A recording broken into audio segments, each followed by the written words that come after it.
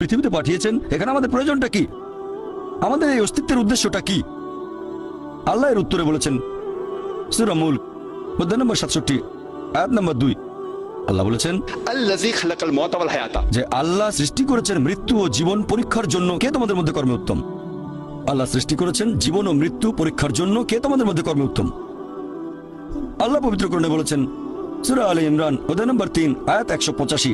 আল্লাহ বলেছেন কুল্লু নাফসিন যায়কাতুল মাউত, প্রত্যেক জীব মৃত্যুর স্বাদ গ্রহণ করবে, আর চূড়ান্ত বিচার হবে রোজ কিয়ামতের দিনে। যাকে সেদিন দোজখ থেকে রক্ষা করা হবে আর বেহেশতে দাখিল করা হবে, সেই পৃথিবীর উদ্দেশ্য অর্জনে সফল কাম। কারণ এই পার্থিব জীবন ছলনাময় ভোগ ব্যতীত আর কিছুই নয়। তার মানে এই পৃথিবীতে আমাদের ইহকাল, এটা পরকালের জন্য একটা পরীক্ষা।